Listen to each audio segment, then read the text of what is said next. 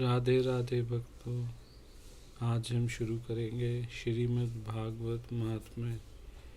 सबसे प्रथम हम प्रणाम करेंगे श्री व्यास देव जी को, प्रणाम करेंगे हम शुकदेव जी को, प्रणाम करेंगे हम श्री परीक्षित जी महाराज को, शौनक देव जी को, नारद जी को प्रणाम करेंगे हम, सूत जी को प्रणाम करेंगे।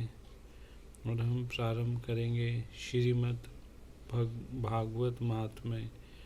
ओम नमो भगवते वासुदेवाय।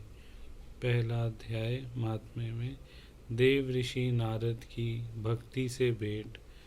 सच्चिदानंद स्वरूप भगवान श्री कृष्ण को हम नमस्कार करते हैं, जो जगत की उत्पत्ति, स्थिति और विनाश हेतु तथा आध्यात्मिक, आदि दैविक और आदि भौतिक तीनों प्रकार के तापों का नाश करने वाले हैं।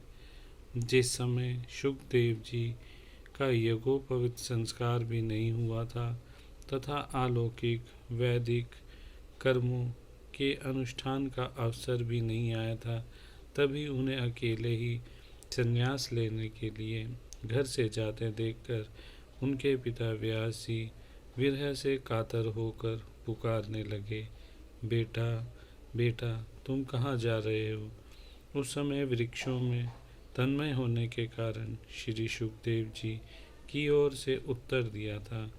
ऐसे सर्वभूत हृदय स्वरूप श्री शुकदेव मुनि को मैं नमस्कार करता हूँ। शुकदेव जी के बारे में आगे अध्याय में ज़रूर आएगा, जिसमें बताया जाएगा कि शुकदेव जी व्यास जी के घर कैसे उत्पन्न हुए और उनकी क्या लीला रही। फिर उसके बाद जब वो वहाँ से निकल पड़ते हैं जंगल की ओर, फिर एक बार भागवत कृतामृत का रसवादन करने में जो कुशल हैं मुनिवर शौनक जी ने नैमिषारण्य क्षेत्र में विराजमान महामती सूत जी को नमस्कार करके उनसे पूछा। शौनक जी बोले, सूत जी, आपका ज्ञान अज्ञान अंधकार को नष्ट करने के लिए करोड़ों सूर्यों के समान है।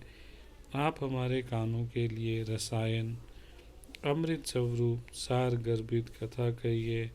भक्ति ज्ञान वैराग्य प्राप्त होने वाले महान विवेक की वृद्धि किस प्रकार होती है तथा वैष्णव लोग किस तरह इस माया मोह से अपना पीछा छुड़ाते हैं। इस घोर कली काल में जीव प्राय आसुरी स्वभाव के हो गए हैं। विविध क्लेशों से आक्रांत इन जीवों का शुद्ध बनाने का सर्वश्रेष्ठ उपाय क्या है। सूत जी, आप हमें कोई ऐसा शाश्वत साधन बताइए जो सबसे अधिक कल्याणकारी तथा पवित्र करने वालों में भी पवित्र हो, जो भगवान श्री कृष्ण की प्राप्ति करा दे।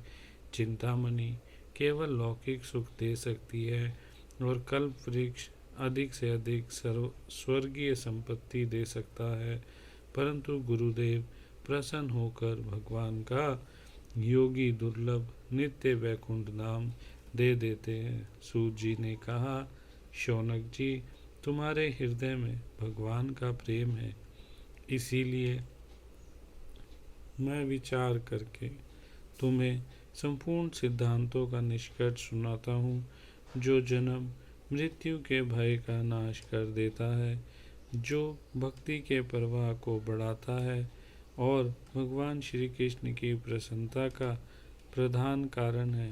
मैं तुम्हें वह साधन बतलाता हूँ, उसे सावधान होकर सुनो।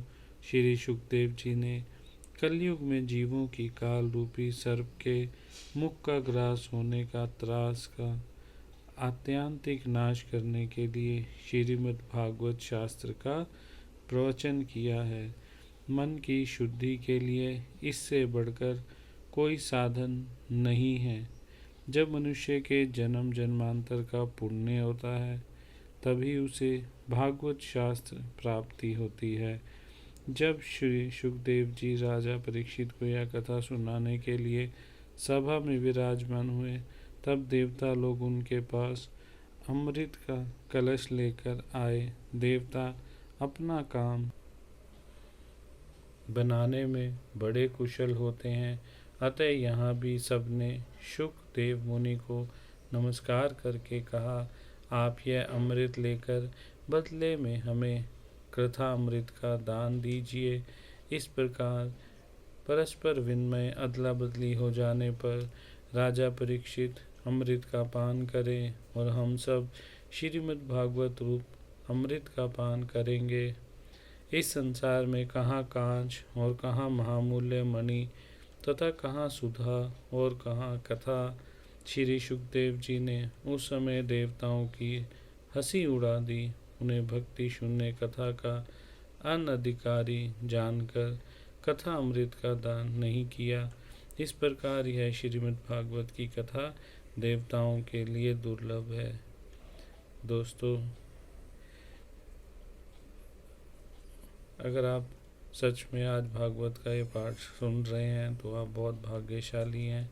और अगर आप भागवत का पाठ कभी भी पढ़ चुके हैं, सुन चुके हैं, और तो इसका मतलब आपका भाग्य उन्नति की ओर अग्रसर है। आप निरंतर श्री हरि का स्मरण करें। राधा नाम, कृष्ण नाम या राम नाम, जो भी आपको प्रिय लगता है उसका निरंतर जाप करें। हरे कृष्णा महामंत्र का जाप करें और भक्ति भाव में आगे बढ़ते चलें। धन्यवाद। अभी तक अगर आपने हमारे चैनल को सब्सक्राइब नहीं किया है तो आप कर सकते हैं। जय श्री राधे।